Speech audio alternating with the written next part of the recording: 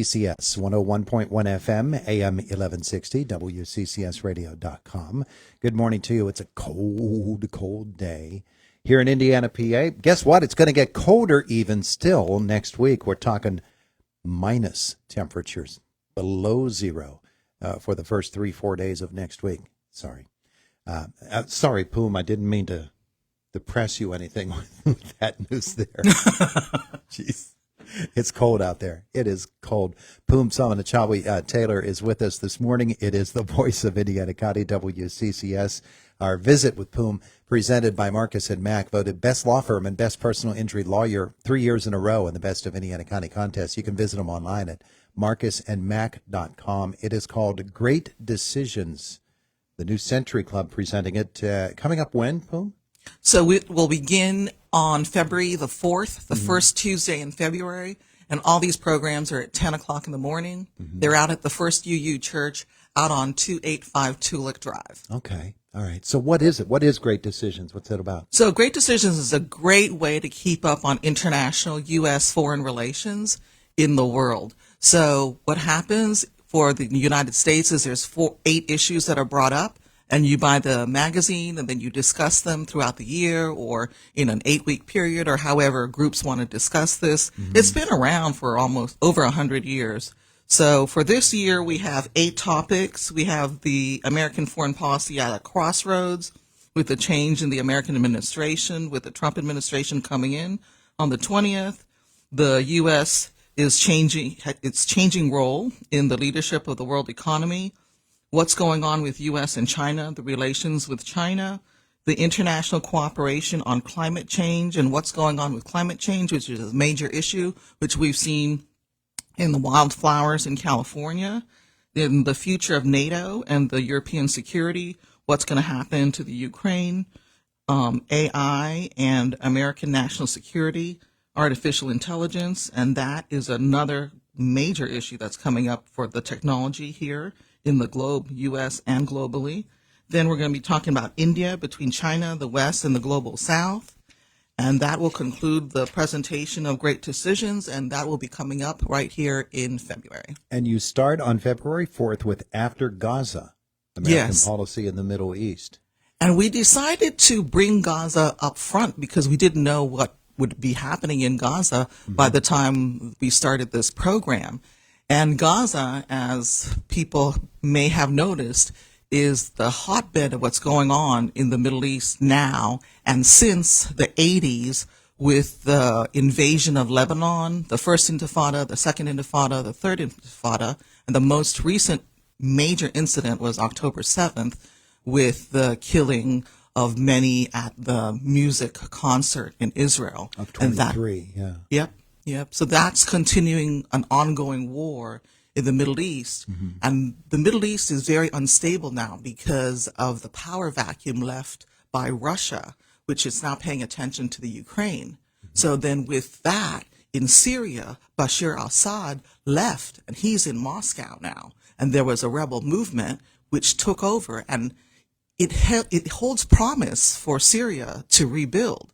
And they talked to the Bishop of Aleppo, promised they would spare, not kill the Christians. And what happens the next day?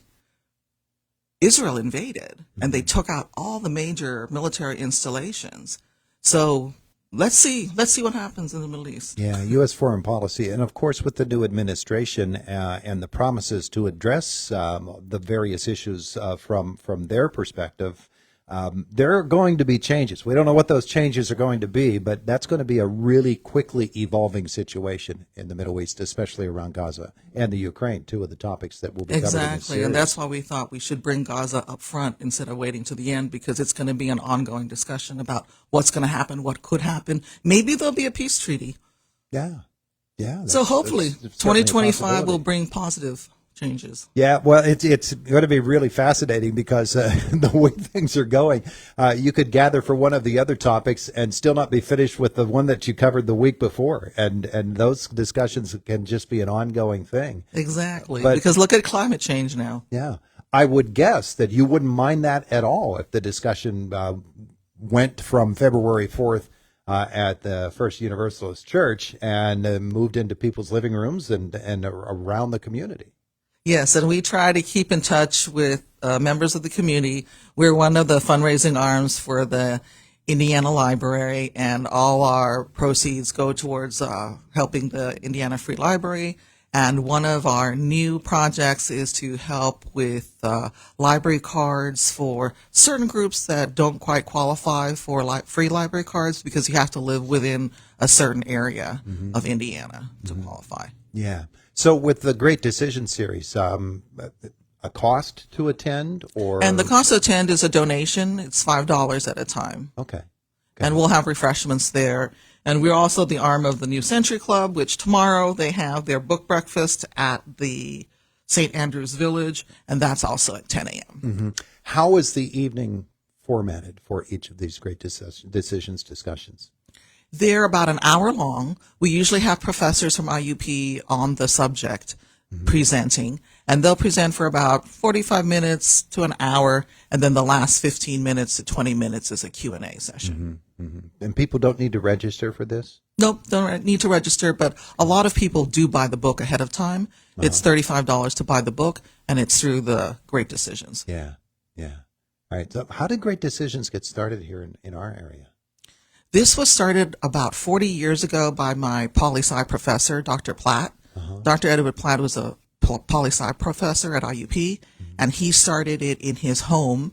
Then it evolved to the church, and then it went to the Indiana Free Library. Then it went to IUP through continuing education, and now it's back to the New Century Club with the Indiana Free And Library. it's been going continuously in all those years? Yeah, 40 years. Wow, that's amazing. How did you do during the pandemic? Did you do it remotely? And we had a pandemic change where we moved over to the Indiana to the first UU church, and then we had it both online and face to face. So we had a group on social media, and we also met face to face. So it was a lot smaller group. The high of Great Decisions, we used to have about 80, 85 people. Now we're down to about, during the pandemic, we're down to about 25, 30, and we're slowly now growing to about 35, 40, 50. Yeah, going to rebound a little bit. And the discussion topics themselves are such that I would guess that there would be tons of interest in it. Yes, there's always a lot of interest in the topics that we talk about because it comes up in the news all the time, too. Sure. Now, when you have the discussions and you get, and it is discussion, it's not just lecture. And so people have different perspectives that they bring to it. Yeah. And it's a varied group, mostly a lot of retired professors, members of the community. Mostly we're retired because it's at 10 in the morning. There you go. But sometimes we do have some people who are working who make time to stop by one or two sessions, And which makes it more interesting. you'd love that. Yep. You'd love that to happen. We'd love to see as many people as possible. Terrific. So you mentioned your connection with the Indiana Free Library, the group's connection with the Indiana Free Library. How does that work? What are some of the things that you do with the library? So we're the friends of the Indiana Free Library, and the friends groups of any library are usually the fundraising arm of the library. So what we do with the Indiana Free Library is we used to do a lot with the book sales, helping with the book sales, sorting the books. We also help with different programs such as Great Decisions, and then the book breakfast, our book discussion group, which is once a month on Thursdays. And then we meet once a month too. But mainly it's to raise awareness for the Indiana Free Library, raise money, and also reading, literacy. Big things happening, therefore, with the Great Decision series coming up in the month of February and into March and actually ending in April. So it's an 8-week series. Don't have to go to all of them. Nope. Just go to the one that interests you the most or the whole series. It's up to you. Yep. Yeah, terrific. Anybody can come. Yep. Beautiful. And February 4th is the first one. This is an all Tuesday series? Yes. All Tuesday, always at 10 a.m.? Yep. Terrific stuff. Poom, thanks so much for coming in to tell us about it. Thanks for having me. We appreciate that. It is the voice of Indiana County. It's WCCS 101.1 FM, AM 1160 and WCCSradio.com. 21 minutes after 8 o'clock. Good morning to you, and glad that you're with us here today. Boomer Sports is on the way.